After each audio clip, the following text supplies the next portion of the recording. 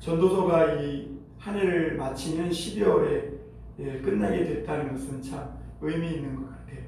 왜냐하면 이 전도서 마지막은 청년들에게 전도자가 말하면서 너의 창조주 하나님을 기억하라 라는 말씀을 하고 있고, 마지막 절에는 뭐라고 얘기하고 있냐면 하나님은 모든 행위와 모든 은밀한 일을 선악간에 심판하시리라 이렇게 말씀하세요.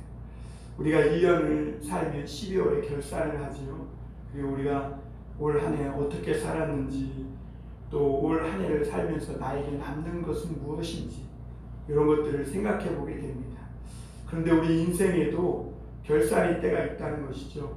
어떤 사람이든지 간에 태어나기만 하면 영원히 사는 게 아니라 태어나는 순간 그 마지막 삶을 향해 달려가게 되어 있고, 누구나 불가피하게 갈 수밖에 없는 것이죠.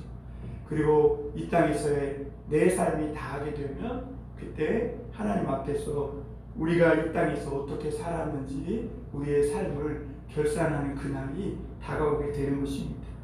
그래서 오늘 이 전도서 12장 말씀을 잘 새겨 듣고, 특히 오늘 청년의 때에 하나님을 알고 하나님을 믿는 여러분들은 그 인생 가운데 정말 후회하지 않고 실패하지 않고, 나중에 나이 먹어서도 그래 그때 내가 주님 앞에 예배드리기를 잘했어, 그래 그때 내가 주님을 찾고 기도하기를 잘했어 라고 고백하며 하나님 앞에 이 소망을 잃지 않고 살아갈 수 있는 그런 저와 여러분이 되길 바랍니다. 제가 미국 갔을 때 그때 제일 놀랐던 것 중에 하나가 뭐냐면, 제가 자동차를 샀는데요, 자동차 그 보증 기간이 10년이고 그리고 그 마일리지 키로수가 우리나라의 2배나 되는 거예요. 그래서 놀랐어요. 우리나라는 기껏 해봐야 보증 기간이 3년이고 5년인데 미국은 보니까 10년이에요.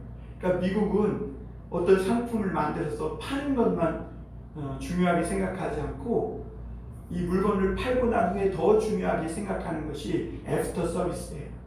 그래서 얼마나 관리를 잘 해주느냐 하는 거죠.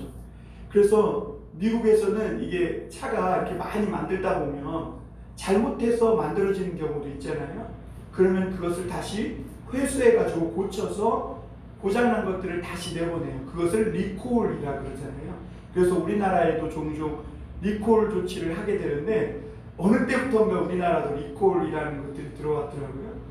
그만큼 차가 결함이 있으면 고속도로를 달리거나 주행 중에 큰 대형 사고가 날 수 있기 때문에 반드시 그 결함을 고쳐서 그리고 다시 보내야 합니다. 그렇듯이 여러분, 사람도 마찬가지입니다. 하나님이 사람을 완벽한 존재로 지으셨어요.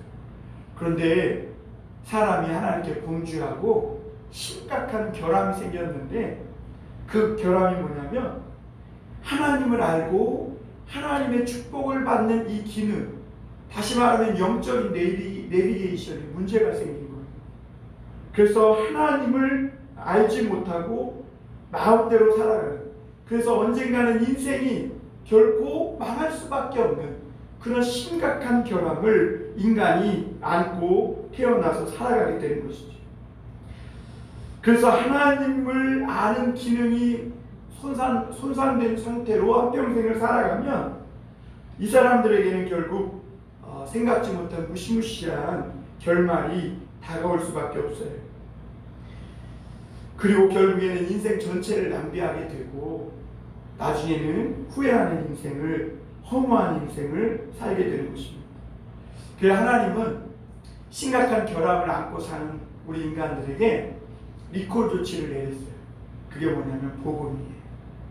하나님이 복된 소리를, 예수 그리스도를 믿으라는 이 복음을 우리에게 전해주신 거예요. 그래서 누구든지 이 복음을 믿고 주 앞에 나아와서 우리의 심각한 이 죄의 문제를 해결받는 사람은 이 땅에서의 삶도 성공할 뿐만 아니라 영원한 삶에 있어서도 하나님께서 실패하지 않고 천국의 소망을 가지고 살아갈 수 있는 담대한 그런 삶을 살도록 인도해 주시는 것입니다. 그래서 오늘 전도자는 짧은 인생을 사는 인생들에게 부탁하고 요청하는 것이 있어요. 그것이 뭐냐면 첫 번째로 하나님께 돌아오라 하는 것입니다. 하나님께 돌아오라. 오늘 1절을 우리 한번 보겠습니다. 너는 청년의 때에 너의 창조주를 기억하라. 곧 곤고한 날이 이르기 전에 나는 아무 낙이 없다고 할 해들이 가깝기 전에 이렇게 말하고 있습니다. 허무한 인생을 피하기 위한 가장 중요한 길은 너무 늦기 전에 돌아오는 것입니다. 여러분, 우리가 어디로 여행을 가요. 그런데 잘못된 길로 가고 있는 거예요. 오랫동안 잘못된 길로 가면 어떻게 해야 될까요? 간 시간만큼, 거리만큼 되돌아와야 되는 거예요. 그래서 전도자도 너희가 허무한 인생을 벗어나기 위해서는 너의 인생에서 너무 늦기 전에, 때를 놓치기 전에 가능한 한 빨리 하나님께 돌아와라. 그래야 너가 이 짧은 인생 가운데 정말로 만족하고 후회 없는 그런 삶을 살게 될 것이다. 이렇게 말하고 있는 거예요. 우리가 인생을 살면서 공부 잘하는 것도 중요해요. 그리고 좋은 배우자를 만나서 결혼하고 또 사회에 나가서는 돈을 잘 버는 직장을 얻는 것도 너무너무 중요해요. 그런데 이런 모든 것보다 더 중요하고 근본적인 것이 뭐냐? 인간이 하나님을 알고, 그리고 하나님을 알고를 통해서 내가 누구인지를 알고 살아가는 거예요. 그것이 오늘 전도자는 인간의 사람의 본분이라 하겠어요. 그래서 13절에 보면 이의 결국을 다 들었으니 하나님을 경외하고 그의 명령들을 지킬지어다. 이것이 모든 사람의 본분입니다.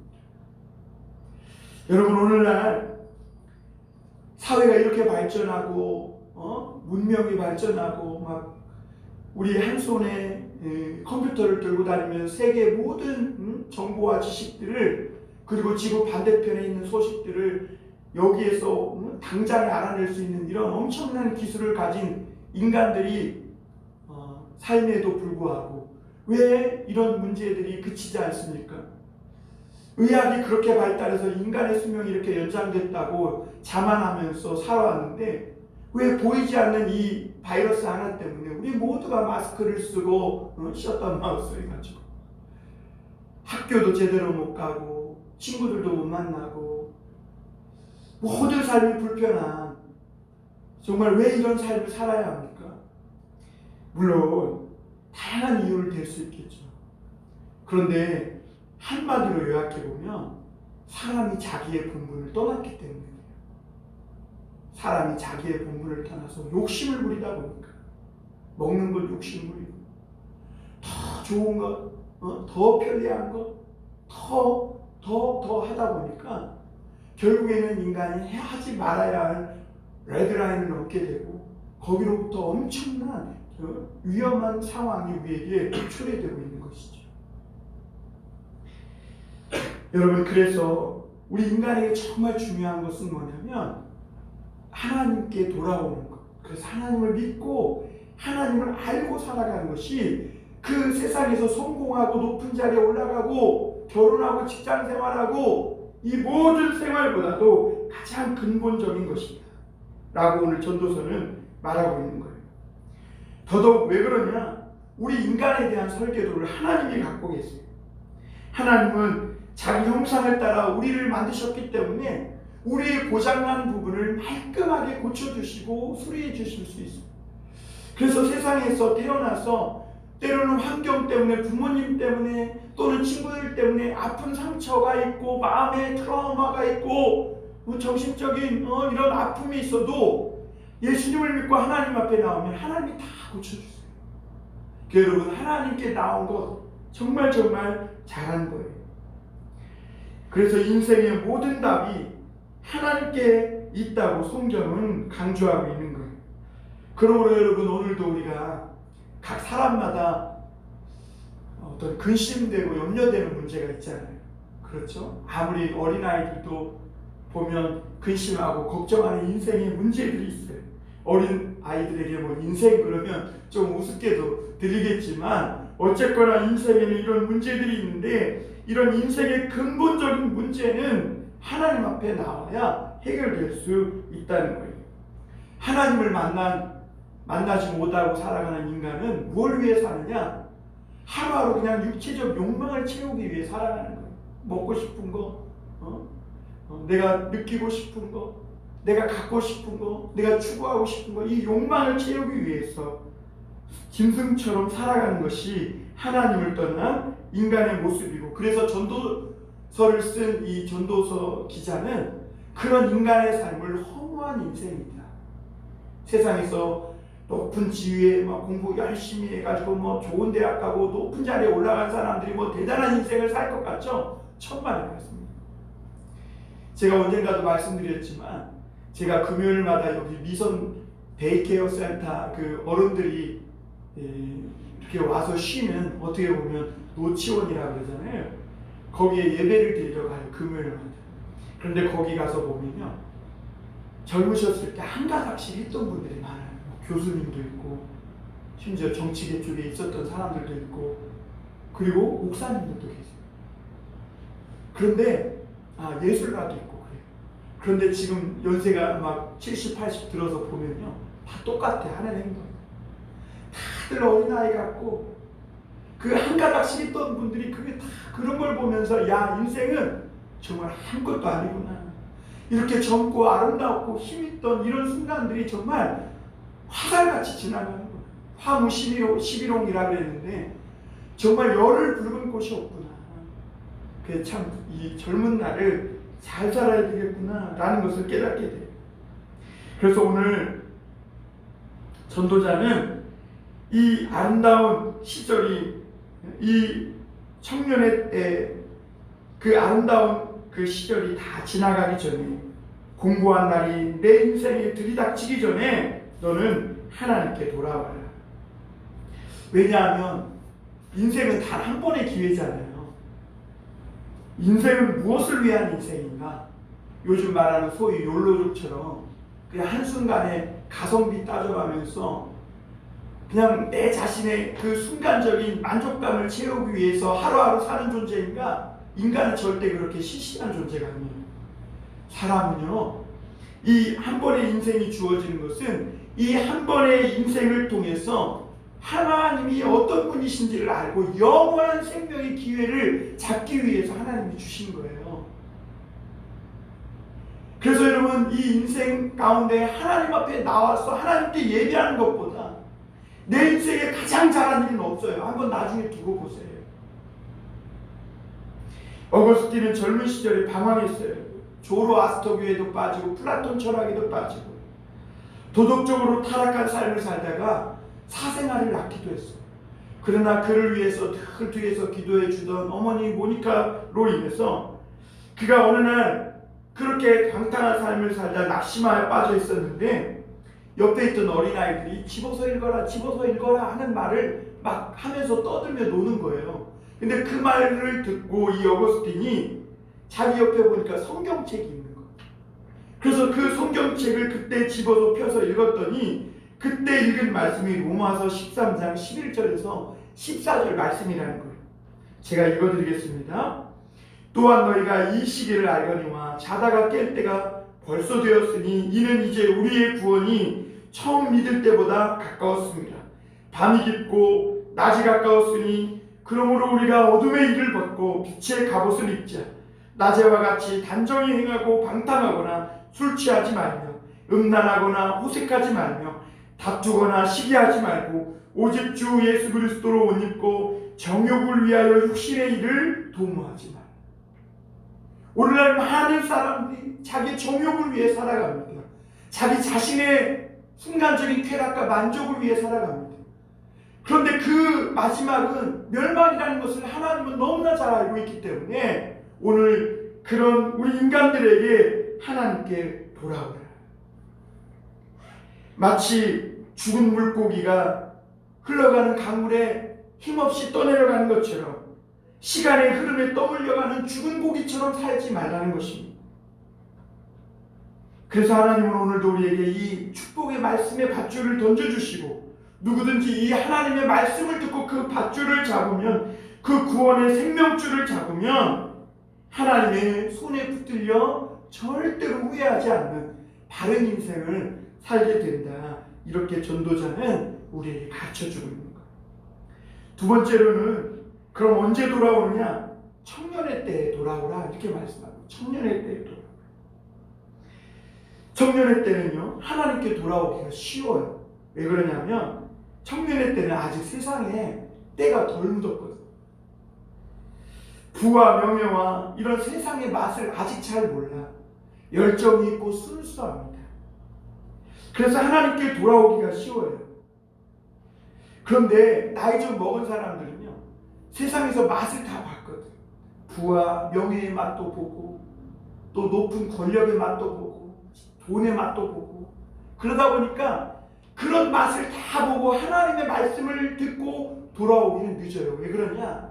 한번 그 맛을 보면요 그것을 끊고 포기하고 하나님께 돌아오는 일이 절대로 쉬운 일이 아니에요.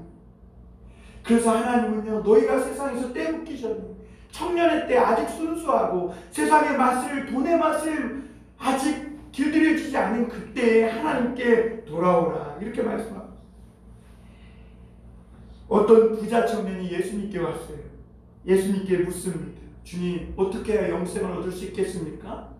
예수님이 그때 말합니다. 모든 재산을 팔아서 가난한 사람에게 주고 나를 쫓으라. 마태복음 19장 21절에 말씀합니다. 그러나 청년은 그때 예수님의 이 말씀을 듣고 예 주님 그대로 하겠습니다 하고 예수님을 쫓으면 좋은데, 이 친구는 청년인데도 돈 맛을 알았나 봐요. 그리고 부모가 물려주신 재산이 많았나 봐요. 그러니까 근심하며 예수님을 떠나버렸다 이렇게 말하고 있어요. 여러분, 요즘 젊은 청년들 N포 세대라 그러죠. N포라는 것은 다 포기한다. 너무 그만큼 사회나 세상이 오늘날 젊은이들에게 우울하다는 거예요. 미래가 없다는 거예요. 그러나 여러분 그렇지 않아요. 성경은 오히려 예수님을 믿는 청년들에게 지금 비록 가난하고 아빠 찬스 엄마 찬스가 없고 세상에서 나에게 분명한 어떤 확실한 직장이나 진로가 없을지라도 오늘 예수님께 나온 여러분들에게 희망이 있다 이렇게 말씀하셨어요. 세상에서 뭔가를 맛을 보기 전에 청년의 때 그래서 하나님께 빨리 돌아와서 이 하나님의 그 마음을 가지고 하나님을 소망하는 이런 신앙을 가지고 살아가는 것이 중요하다 이렇게 말합니다. 왜냐하면 이 연세 드신 분들은요 교회 생활을 해도요 순수하게 성경적인 신앙생활을 잘 못해요. 사람관계 때문에, 또 이해관계 때문에, 내가 이 교회를 다니면 얼마나 나에게 유익이 있을까 이런 거 이해관계 따져가면서 계산적으로 다녀요. 그러나 청년들은 그렇지 않거든요. 하나님의 말씀을 듣고 이 말씀이 옳다고 생각이 되면 자기 생각과 방향을 과감하게 바꾸고 하나님을 향해 결단을 할 수 있는 때가 언제냐? 청년의 때. 그리고 또 청년의 때는 아직 힘과 시간이 많아요. 그래서 하나님께 늦게라도 돌아오는 것도 중요하겠지만 젊었을 때 돌아오면 이 좋은 머리, 건강한 육체와 힘, 그 능력, 열정, 그리고 그 많은 인생의 전체를 하나님을 위해 바른 삶에 쓸 수 있다는 거예요. 허무하고 잘못된 정욕과 욕망에 인생을 낭비하고 허비하지 않게 된다는 거예요. 그래서 성경은 청년의 때에 돌아옵니다. 여러분 여기 청년들 더 하나님께 돌아왔다면 더 하나님께 밀착되고 가까이 가시길 바랍니다. 세상에서 다른 친구들과 비교하면서 자꾸 자신의 처지와 환경을 바라보면서 낙심하고 좌절하고 할 필요가 없어요. 하나님 아버지가 내 미래를 책임져 주세요. 세상을 보세요. 요즘 제가 지난주에 우리나라의 자살에 대한 통계 조사를 하면서 깜짝 놀란 것이 뭐냐면 우리나라의 20대, 30대, 10대, 20대, 30대의 자살률이 너무너무 높다는 거예요. 인생에 가장 아름답고 꽃피어야 할 이 10대부터 30대의 요 시기가 우리나라 자살하는 사람들의 70%를 차지한다. 그만큼 이 사회가 세상이 호락호락하지 않다는 것이겠죠. 그러나 이런 세상에서 하나님을 믿고 하나님을 알고 살아간다는 것. 그래서 어떤 상황에서도 낙심하거나 절망하지 않고 희망을 갖고 살아갈 수 있다는 것. 그거 자체가 큰 축복임을 믿으시고, 여러분 오늘 다른 것 보지 마세요. 하나님 말씀만 듣고 하나님 말씀만 마음에 담고 하나님만 나의 희망을 삼고 그렇게 살아갈 수 있길 바랍니다. 마지막으로 세 번째 우리가 생각해 볼 것은 사람은 늙으면 약해진다는 겁니다. 젊었을 때는 모든 것이 다 아름답고 좋아요.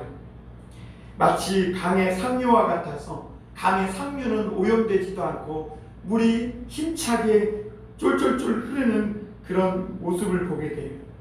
그러나 강의 하류로 내려가면 어떻게 돼요? 유속도 줄어들고 물도 탁하고 아무런 변화도 없고 그냥 고요함만 있는 거예요. 변화가 없어요. 그런데 오늘 말씀은 마치 그런 것과 비교해서 사람이 늙으면 그 삶이 어떻게 되는지 비유적으로 오늘 생생하게 보여주고 있는 것을 봅니다. 사람이 늙으면 일단 힘이 빠지고 약해지기 때문에 청년 때처럼 모험을 싫어해요. 그리고 말로 모든 걸 다 하는 거예요. 저도 어른이 되어 보니까요, 말로 다 하는 거예요. 이 자녀들에게 말로 다 시켜요. 그러니까 어른들은 나이가 먹으면 먹을수록 꼼짝하기 싫은 거예요. 그러니까 말로 다 해버리는 거예요. 꼰대 소리 듣는 이유가 그래서 그런 거예요. 약해지기 때문에. 고정관념을 절대로 바꿔주지 않아요. 여러분 젊을 때는요, 누군가가 옳은 이야기를 하거나 설득력 있는 이야기를 하면 생각을 바꾸고 고쳐먹고 삶을 새롭게 다잡기도 해요. 그러나 나이가 먹으면요, 절대로 이 고정관념이 깨지질 않아요. 여러분 잘 바뀌지 않아요. 그래서 나이 먹어서 바뀐다는 것은 천지개벽할 일인 거예요. 오늘 2절 3절 한번 볼까요? 해와 빛과 달과 별들이 어둡기 전에, 비 뒤에 구름이 다시 일어나기 전에 그리하라. 그런 날에는 집을 지키는 자들이 떨 것이며 힘 있는 자들이 구부러질 것이며 맷돌질하는 자들이 저음으로 그칠 것이며 창들로 내다보는 자가 어두워질 것이며, 이렇게 말하고 있습니다. 그러니까 너희가 늙어져서 약해지기 전에 하나님께 돌아오는 것이 왜 좋은지 말하고 있는데요. 해와 빛과 달과 별들이 어둡다는 것은요, 세상이 언제나 밝은 날만 있다는 것이 아니에요. 언젠가는 밝을 때도 있겠지만 내 인생에 언젠가는 어둡고 캄캄해지는 때가 온다는 거예요. 내가 때로는 사업에 실패하고 인생에 큰 어려움을 당해서 어두울 때도 있고, 내 인생에 마치 한여름의 장마처럼 한없이 빗줄기만 쭉쭉 쏟아지는 그런 어두컴컴한 때가 오기도 한다는 것이죠. 여러분 인생의 미래를 누가 알겠어요? 다 그런 때가 오는 거예요. 그리고 사람에게 모든 빛이 어두워진다는 것은 이 총기가 사라지는 것은, 여러분 나이가 먹으니까요 정말 총기가 사라져요. 어르신들이 보면요, 이제 기억력도 감퇴되고 이렇게 하다 보면 치매기가 오다 보니까요, 한 말 또 하고 한 말 또 하고 화장실이 어디냐고 물어보고, 아주 어린아이들도 쉽게 할 수 있는 이 사소한 일들조차도 스스로 잘 해내지 못하는 것을 봐요. 그걸 보면서 야, 인간이 이렇게 유한하고 약한 존재구나. 눈에 보이지 않는 이 바이러스 하나에도 이렇게 퍽퍽퍽 쓰러져 나가는 것이 우리 인간이구나 라는 것을 깨닫게 돼요. 젊었을 때는 모든 것이 반짝반짝 빛나요. 막 생각도 창조적인 아이디어도 뭐 하나 이야기만 들으면 마치 컴퓨터에 팝업창이 뜨듯이 뭐 하나만 생각하면 막 창조적인 아이디어가 튀어나오고 그래요. 그런데 늙으면요, 머릿속에 입력된 것 외에는 나오지도 않을 뿐더러 입력된 것도 다 점점 감퇴하고 희미해져서 그것조차도 잘 기억이 나지 않는다는 거예요.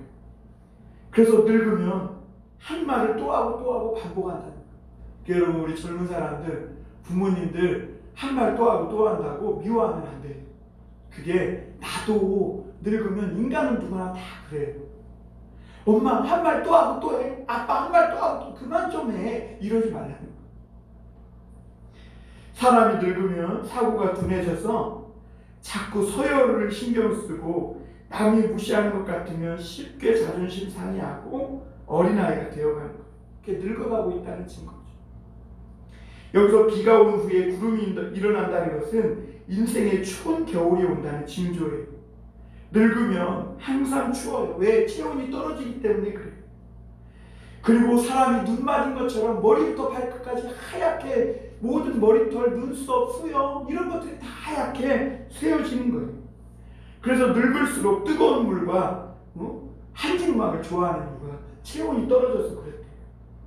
그러나 여러분, 하나님을 믿는 사람들에게는요, 항상 그 삶이 물론 육체는 늙고 이렇게 힘이 없어가지만 그래도 하나님을 믿는 사람에게는 독수리 날개침 같이 항상 새 힘이 솟고 그리고 성령의 그 봄날처럼 활기차고 생명력이 넘친다는 거예요. 그래서 성경에 보면 이 갈렙이라는 사람은 나이가 많음에도 불구하고 그 땅을 누가 차지할 거냐고 물어볼 때 이 땅을 내게 주소서, 이 산지를 내게 주소서 그랬어요. 믿음이 있는 거예요. 그래서 사도 바울은 고린도후서 4장 16절에 우리 겉사람은 후패하나 속사람은 날로 새롭도다 이렇게 말해요. 신앙이 없는 사람은요, 항상 그 마음이 겨울이에요. 찬바람만 쌩쌩 불어요. 심술만 더해가요. 그러니까 신앙이 없는 사람은요, 나이가 먹을수록 심술 붓고요, 가까이 가기에 너무 먼 당신처럼 그렇게 찬바람만 쌩쌩 불어요. 그런데 여러분, 젊을 때부터 하나님을 믿어온 사람들은요, 갈수록 예수님의 사랑으로 변화되고 성숙해지기 때문에 마음이 따뜻해져요. 그리고 사랑을 품을 수 있는 큰 품을 갖게 되는 거예요. 그래서 예수님을 믿으면서 성숙해지고 늙어가는 사람은요, 세월이 갈수록 아름다워지고 멋있어지고 많은 사람들이 닮고 싶은 존경받는 그런 사람이 되는 거예요. 여러분, 젊었을 때부터 예수님 잘 믿고 이렇게 아름답게 나이 먹어가길 바랍니다. 내년이면 저만 한 살 더 먹는 게 아니라 여러분도 다 먹죠? 한 살 다 늙어가는 거예요. 그런데 늙어가는데 그냥 늙어가면 안 돼. 멋지게 늙어가고 더 생각도 넓어지고 사랑도 깊어지고 마음도 깊어지고 여유 있고 이렇게 늙어가야지. 세월이 갈수록 해가지고 조금만 그래도 못 견뎌야 하고 시시콜콜한 거 가지고 다 따지고 나를 무시하니 뭐 이런 식으로 늙어가면 그 사람은 하나님 안 믿는 사람과 똑같은 거예요. 여러분, 오늘 이런 말씀을 볼 때 젊을 때가 얼마나 아름다운지를 우리가 깨닫게 돼요. 오늘 말씀에 보면요, 길거리 문들이 닫혀서 어두워진다 그런다는 것은 시력이 어두워진 거예요. 청력도 약해져요. 잠도 잘 오지 않아요. 목소리도 쇠하여져서 노래하는 자가 노래를 못해요. 음악하는 여자들이 다 쇠하여진다는 것은 목소리도 약해지고 힘이 없어진다는 거예요. 그리고 높은 곳을 두려워한다는 것은 이제는 의지력과 판단력도 약해졌어. 이제는 돈이나 자식을 의지하게 된다는 거예요. 그러나 젊었을 때 하나님께 돌아오는 자는 늙어서도 하나님을 의지하고 믿음의 용기가 있게 되는 거예요. 6절에 보니까 이렇게 말하죠. 은줄이 풀리고 금그릇이 깨지고 항아리가 샘 곁에 깨지고 바퀴가 우물 위에서 깨지고. 나이가 먹으면요, 은줄이 풀린다는 것은 모든 맥이 풀리는 거예요. 그리고 모든 것이 다 깨어져 버리는 거예요. 여기서 모든 것이 다 깨진다는 이 말과 은줄이 풀린다는 말은요, 사람의 목숨이 점점 다해가는 것을 말하는 거예요. 사람이 마지막 숨을 거두고 고개를 떨구는 모습을 표현하고 있는 거예요. 죽고 나면 총명도 능력도 기억력도 다 깨져버리고 우리 심장도 깨져버리고 우리 인간은 한줌에 흙덩이로 돌아가는 거예요. 햄릿은 사람이 아무리 위대해도 죽으면 구더기 밥밖에 되지 않는다. 대통령을 해도 구더기 밥이 돼. 아무리 국무총리도 죽으면 구더기 밥이에요. 국무총리라고 해서 뭐 살이 안 썩고 구더기가 안 끼는 게 아니에요. 다 구더기 밥이 돼. 그런데 예수님 믿는 사람에게는요, 죽는 것이 없어요. 물론 육체는 묻혀서 죽어서 땅에 묻히지만 영원한 생명으로 이어지고 주님이 부활하실 때 썩지 않는 영원한 영광스러운 몸을 얻게 되는 것이죠. 7절에 보면 흙은 여전히 땅으로 돌아가고 영은 그것을 주신 하나님께로 돌아가기 전에 기억하라. 사람이 죽으면 다 모든 것이 끝나요. 그래서 전도자는 죽기 전에, 그러나 칼나면 청년의 때에 하나님께 돌아오라. 인생의 차이에 따라 그 사람의 장례식은 달라질 수 있겠지요. 돈 많은 자들은 대리석에 막 그 꽃, 그 상조 꽃 있죠. 그것도 막 어떤 장례식장에 가면 여기부터 저기까지 막 그 꽃을 막 쫙 놓고 막 어마어마하게, 이 화려하고 성대하게 장례식을 치르는 것을 보게 돼요. 근데 여러분, 그거 뭐 하겠어요? 죽은 사람이 뭘 알겠어요? 산 사람은 과시하고 자랑하려고 하는 것밖에 더 되겠어요? 죽은 사람이 그걸 알고 아유, 내 장례식을 이렇게 잘 치러주네? 그러면서 흐뭇해할까요? 천만의 말씀입니다. 죽으면 사람은 다 땅에 묻히고 육체는 썩고 오늘 영혼은요, 하나님 앞에서 심판받는다. 그리고 그때 하나님께 심판받을 때는요, 되돌릴 수 없는 거예요. 그래서 전도자는요, 너희가 아직 살아있을 때 지금 너의 마음과 태도를 결정하라, 이렇게 말씀하세요. 인생이 긴 것 같지만 사실 짧아요. 어렸을 때 보면 아는 것이 없어서 배우고 준비하느라 정신없어요. 여러분, 배우고 준비하느라 정신없죠? 이제 사회에 나가려면 그거 준비하느라 자격증도 따고 뭐도 하고 준비 없어요. 준비하느라 정신이 없어요. 그러다 세상 맛을 조금 보고 알고 나면 세상에서 성공하기 위해 또 정신 못 차려요. 저놈 짓밟고 쟤보다도 높이 가고 쟤보다도 더 앞서가야 한다는 이 강박에 정신없이 앞만 보고 달려가는 거예요. 그러다 인생의 가을이 오면요, 자기도 이제 서서히 다음 세대로 밀려나는 거예요. 그게 인생이에요. 그러니까 어느새 나는 나이가 이만큼 먹어 있고 20대, 30대 아이들이 치고 올라오는 거예요. 그러면서 서서히 무대에서 내려올 때가 되는 것이죠. 어찌 보면 너무나 짧은 인생인데, 그런데 우리는 너무 엉뚱한 짓을 하는 거죠. 하루 24시간밖에 안 되는데 하루에 몇 시간씩을 이 스마트폰에 빠졌어. 거기에 정신을 받고 사람 만나서 의미 없는 이야기를 수다를 떨고 주고받으면서 또 인간의 욕망을 채우기 위해서 세상에 아무것도 남지 않을 그런 헛된 일들을 쫓아 살아갈 때가 너무나 많다는 것이죠. 그래서 오늘 8절에도 보면 그런 하나님을 모르고 산 인생은 나름 열심히 달려갔고 살아온 것 같지만 아무것도 건진 것이 없고 헛되고 헛되도다. 모든 것이 헛되도다. 이렇게 말하고 있는 거예요. 9절 10절에 보면 그래서 전도자는 하나님이 주신 지혜로 사람들을 될 수 있는 한 많이 가르쳤다는 거예요. 그것이 사람을 진정으로 돕는 길이라고 믿었기 때문이라는 거예요. 여러분, 이 세상을 살면서 가장 의미 있고 중요한 것은 말씀으로 다른 사람을 가르치고 다른 사람의 지혜를 깨우쳐 주는 거예요. 하나님의 말씀은 우리가 잘못된 길로 나아갈 때 우리 등을 후려치는 채찍이 되기도 하지만 잘 박힌 목과 같아서 우리가 인생의 큰 위기가 올 때, 겨울이 올 때 그 말씀을 붙들면 결코 실족하거나 미끄러지거나 실패하는 인생이 되지 않도록 우리를 고정시켜주는 역할을 한다는 거예요. 할렐루야! 여러분 믿으시길 바랍니다. 그리고 마지막 12절부터 14절에 보면 우리가 세상에 지식을 아무리 많이 쌓아도 그 지식의 그런 모든 지식들은 자기를 피곤하게 하고 어떻게 보면 나중에는 다 버려야 할 쓰레기에 불과하다는 거예요. 그러므로 세상에 있는 동안 진짜 중요한 공부는 뭐냐? 하나님 공부예요. 말씀 공부예요. 물론 우리가 세상에서 공부도 열심히 해서 하나님이 주신 길을 정말 최대한 열심히 달려가는 것도 중요하지만 그 모든 것을 모든 것 되게 하는 가장 근본적인 이 공부, 하나님을 아는 것, 말씀을 공부하는 것, 이것에 열심히 노력을 하고 애써야 된다는 것이죠. 하나님을 아는 지식은 이 세상에 있는 모든 지식을 꿰는 거예요. 그래서 이 지식을 어떻게 쓰고 저 지식은 어떻게 쓰고 이런 돈은 어떻게 사용하고 하나님이 주신 권세는 어떻게 사용하고 내가 교수가 된다든지 내가 사회에서 무슨 직장을 얻든지 그것을 어떻게 사용하고 써야 하는지를 알게 해주는 모든 지식 중의 지식이 바로 하나님을 경외하고 아는 지식이다. 이렇게 말씀하고 있는 거예요.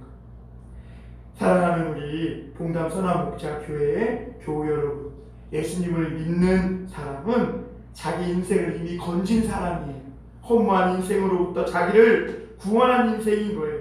그러므로 젊었을 때 하나님의 말씀으로 자꾸 더 연단받으세요. 여기서 연단받으라는 것은 힘들고 어려울 때 하나님의 말씀을 더욱 순종하며 자꾸 자기 욕망을 따라 자기 생각을 따라 하나님의 말씀을 놓지 말고 힘들고 어려워도 그 하나님의 말씀을 붙들고 살아가라는 거예요. 당장에 내 눈앞에 유익이 있고 내가 당장 손해를 보더라도 하나님의 말씀을 붙들고 살아가는 삶의 훈련을 받으라는 거예요. 그래서 나에게 주어진 인생을 허비하지 말고 세상과 그리고 오는 세상, 내 호흡이 다하고 끝나는 그 오는 다음 세상에서도 후회 없는 예수님의 풍성한 생명을 누리며 살아가는 진짜 예수님의 사람들이 다 되시기를 주님의 이름으로 축원합니다.